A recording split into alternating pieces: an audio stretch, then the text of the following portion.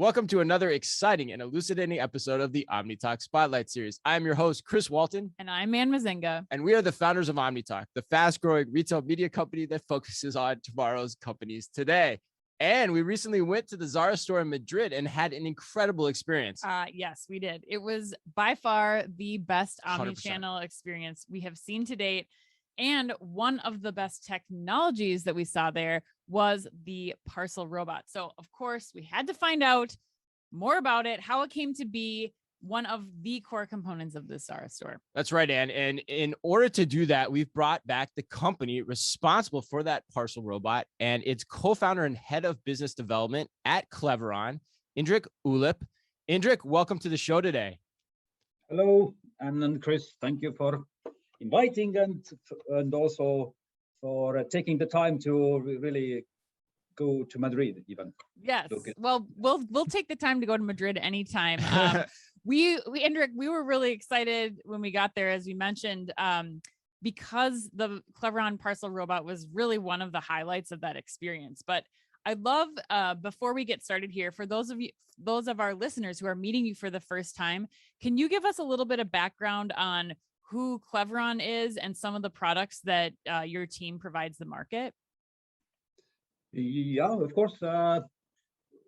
As a primary mission for Cleveron's team is give time to e-shoppers. Okay. if I may say so. Yeah. E-commerce And shoppers, how we are doing it kind of is that 13 years ago when we started off as a company and team, then initially we developed a product, traditional lockers, and we operated ourselves for 1.5 years. So we learned to drive the car that we were developing, basically. Right. So that's and that was in Estonia, right? Yes, that was Estonia. Yeah. Okay. And back in the day, that gave us, in my view, also one of the main kind of ingredients how we have been able to kind of grow organically and evolve our product portfolio, which is now today comprises of traditional lockers, static robots, and also grocery robots. And recently we spinned off also one part of our business, which is dealing with self-driving units. So right. All in all, we have a kind of very comprehensive and let's say very wide product range, which covers different level volume needs and then different use cases, and core theme that we are kind of aiming for with product portfolio with lockers and static robots is that not dependent on whether you are using a small locker bank with I don't know eight lockers, or you are using a big robot having thousands of trays inside, or let's say slots, then the user experience that we are striving for is the same, that it all needs to happen in seconds, or in other words, seamlessly. And Indrek too, I remember that. I remember that first interview you did with Anne. I was unfortunately not able to do it. I think it was like during my stroke, and I was really jealous because this was one conversation I want to be in on. But I remember a part of that conversation too, which I think is important to touch on to set the base for the audience that maybe is new to Cleveron and new to this conversation with you is, talk to us about why lockers are so important in Estonia in terms of how they've developed and how proliferated they've become in the market over there. It's a pretty dominant part of how e-commerce is done. Can you talk about that in relation to the United States, particularly Europe, and potentially also where the US could be going in that direction? Okay, yeah, definitely. Yes. Nowadays, the situation that has now is that we are having here in Estonia, but also now many other northern European countries, mostly are quite following up very fast in that trend, is that the dominant delivery method has become the method where people go and fetch their parcels along the same moment when they go fetch their, let's say, everyday groceries. Okay. So in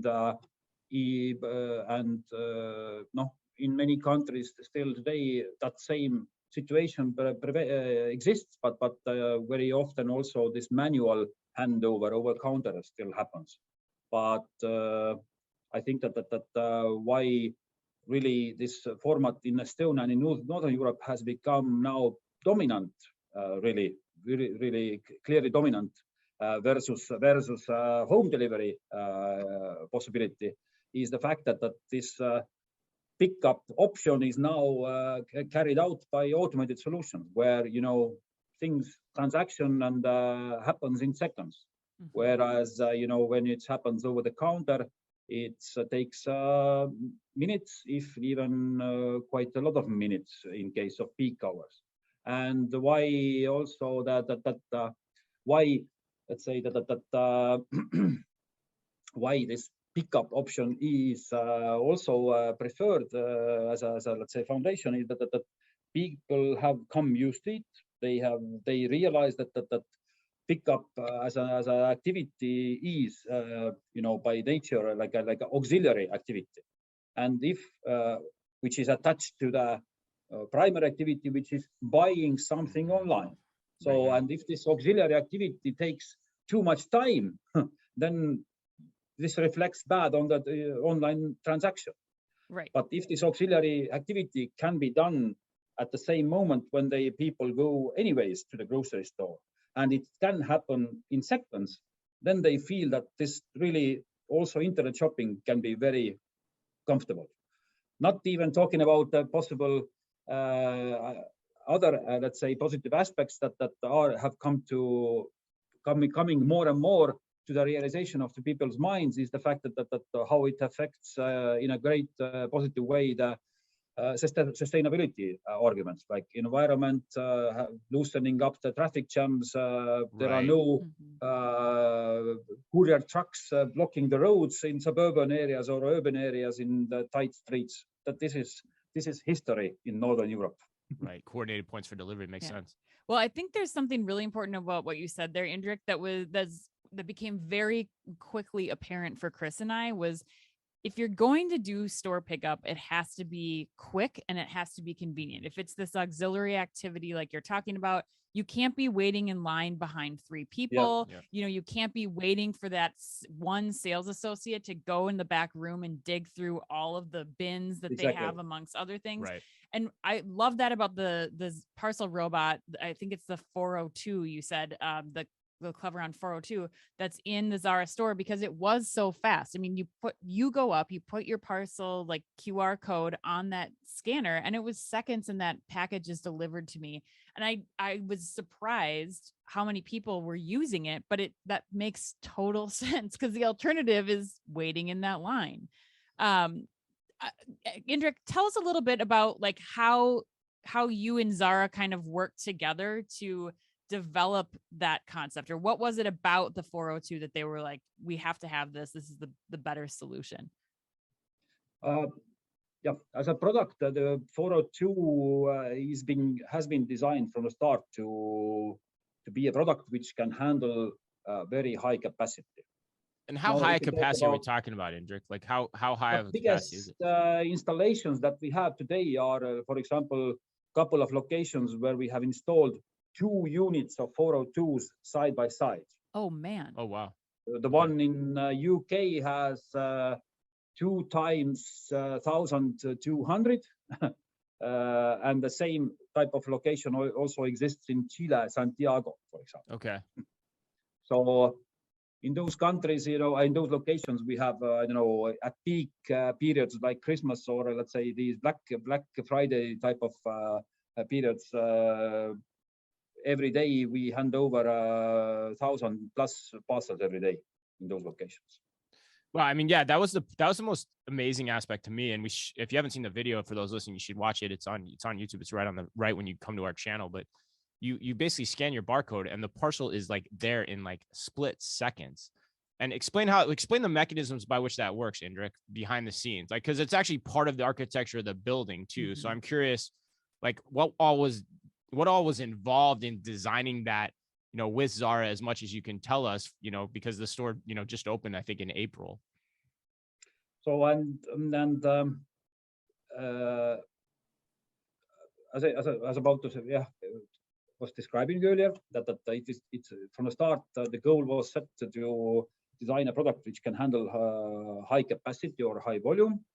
That means that considering the potential, let's say, installation sites and considering the different interior designs that are out there, it was right from the start designed to be modular also, so that you can really, let's say, build up according to your specific location, how wide, how high it can be, you can have it, and also where to place the central console of the unit, So it can really quite very flexibly fit into the specific and very different locations. Like sometimes we have to build up this machine and integrate it into the wall where there's some columns in the middle of the machine even.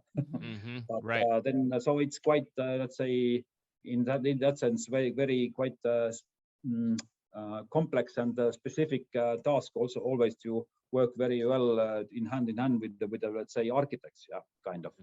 But inside, let's say, the mechanics and how it results in a so fast speed is first of all, of course, that we, as you probably know, that our robotic units, they don't have this kind of fixed size in a way that whatever parcels is put on this open tray, then the machine measures the parcel that has been put on the tray and then places exactly underneath the previous tray. So that way leaves out the gap.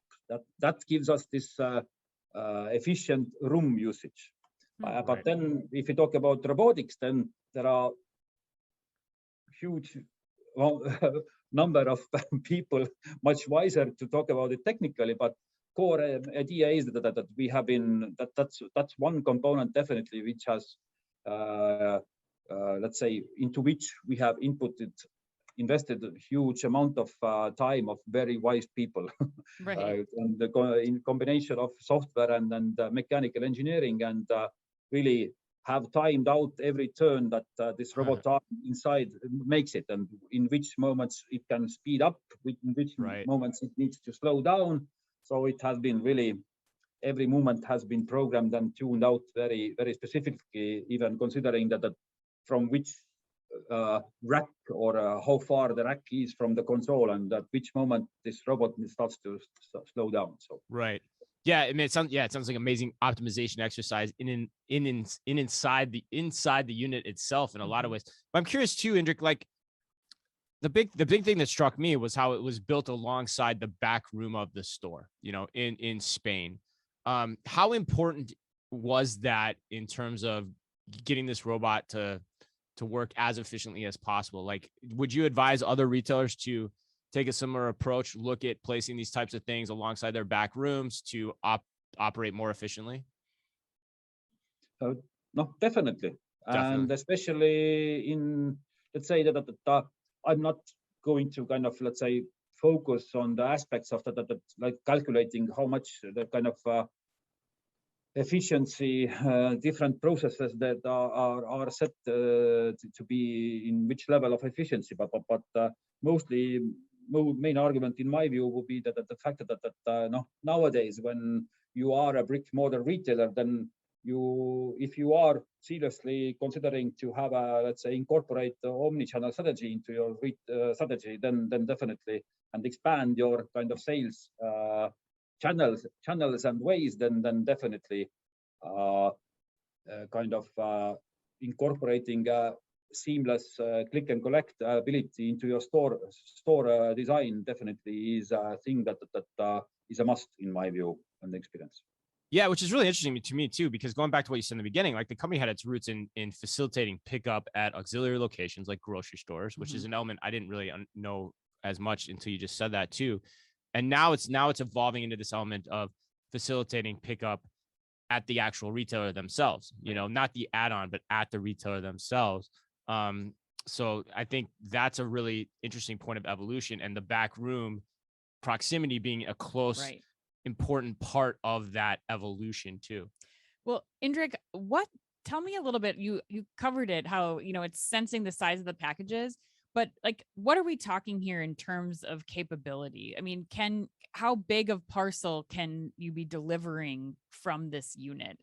In the Zara case, it was a lot of apparel, flat packs, maybe some shoe boxes, but like, how, as retailers are listening to this, how large and small a product are we talking about here that these trays can handle in the back of house? This opening that basically limits the size of this, whatever you can put into it onto this is 40 by 40 and depth is 60. Okay, so as long as centimeters, 40 by 40 centimeters. Okay, so as long as it can come through the window opening, it can fit. So that allows for. I mean, that was pretty large, and so it could be 2 boxes of shoes. It could be a total complete flat pack, pair of jeans or something. Yeah, I just did my calculations, Ann. Oh, you did? I did. Yeah, it's roughly about 1.5 feet by 1.5 feet, give or take. Maybe a little bit less. Technically 1.31. But that allows a lot of right. I think that allows a lot of flexibility, though, for the types of packages you're going to get from a variety of retailers. It's 40 centimeters is 15.7 inches. Right. Yeah. Right. Yep. So that's about right. Yeah. Yeah. So and the depth is 60 centimeters. Oh, 60 centimeters. Okay, great. Okay, good. Okay, awesome. Yeah, and I did that in my head, Ann, and my head is called Google. Just so you know. But I mean, Indrek, the last point I want to get you out of here, like maybe close the discussion on this, is I could not believe how many people were using this robot inside the Zara store. Like, we could not film a video, right? Because literally someone was coming up and interacting with it every minute on the minute. And it's only been open for 3 months. Yeah. Like when we had been there, it opened in April, and the adoption is so fast. Well, and the other thing I'd say too, Ann, is like people were getting it. Like we were just in another, technologically advanced store yesterday, the Amazon Go Hudson News store in Chicago.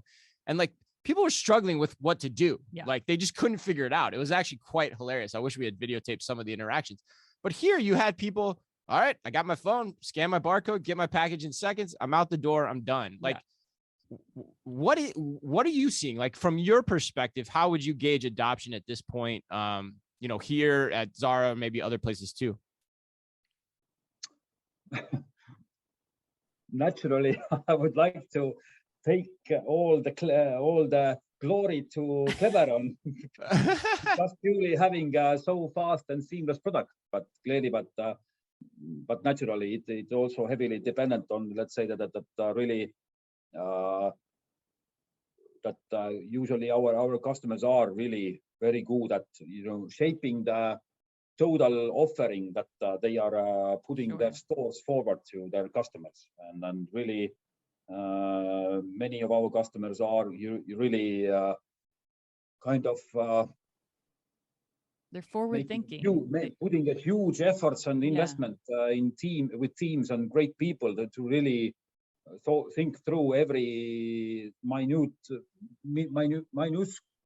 detail. Yeah, the front end UX is particularly important. Very small steps, very small steps of every step of this user purchase experience. Either it's the person who comes to the store to look up something, or is it happens online, but it all needs to combine at the store.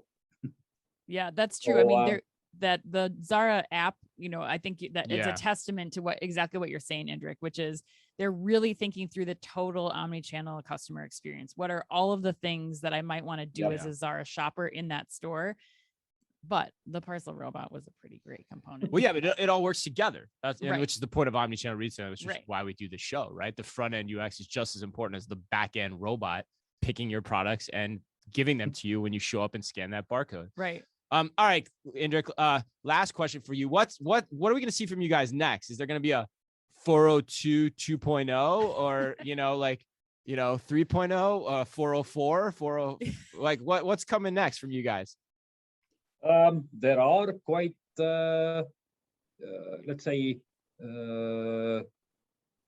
big, let's say, new features on which we are working on, and then maybe your proposed, let's say, name for that could be even the 402 2.0. Oh God, don't let me name anything. Don't let me name anything. But definitely the next year we are aiming to have let's say, new features that our customers are, let's say, have been requesting us to look into, and several of those we have found to be very clearly viable to evolving omnichannel, let's say, space, and also but from the other angle, that was purely from this product as a product, developed. But another thing is also that we clearly see that in a most, let's say, maturest countries, where adoption of the parcel terminals and all this last mile automation has really,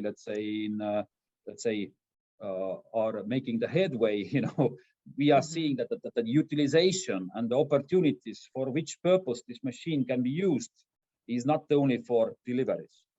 And to maximizing the uses, using it for collecting returns, providing some other, even if you could call it like a social services in a way, collecting some second-hand clothing, consolidation, type of things. All these different, there's a long list of these use cases, which in some maturest parcel terminal countries have resulted in a very, very high, let's say, maximization of this investment, So that's another angle on which we are continuing to kind of, let's say, work and encourage our current customers to evolve, because making delivery seamless is one primary option, but to maximize the utilization, there are so many other scenarios possible as well. I love that. That's great. That's why I love the show. And like this, I love having experts on, because it gives you the real idea of where things are going. Like, so now for the countries that are really developed with this kind of pickup concept, it's now about getting more out of the concept, right? It's about returns. It's about, probably dealing with the packaging like we saw in the Zara store. Yeah. Peer-to-peer resale. Peer-to-peer resale transactions, which they're already doing. I mean, Cleveron's already been doing that in Estonia, in other countries. Yeah. And then the other thing that you said at the beginning too, that I'm actually excited to learn more about and continue to watch you guys on too, is the mobility concept that you guys have too. Like that's the automation of this is really interesting too, in terms of, getting packages from place to place as well. So yeah, that was great. Great close. Indrek, if people want to get in touch with you, they want to learn more about Cleveron, they want to pitch you a name for the next round, the Cleveron 403.0, what's the best way for them to get in touch with you? Quickly, to provide maybe three routes. All right. Directly through LinkedIn, Indrek Oolup. Cleveron, you can easily find me probably. Secondly, please through website of ours, cleveron.com, or then write direct email indrek@cleveron.com or sales@cleveron.com. All right. He's giving out his personal email. I know, right? Indrek, people are going to be, I think the phone's going to be ringing off the hook. Email inbox is going to be full. I want to thank you so much for taking the time with us today. Thank you, Indrek Oolup, the co-founder and head of business development for Cleveron, for sitting down with us today. And as always, for everyone listening, please be careful out there.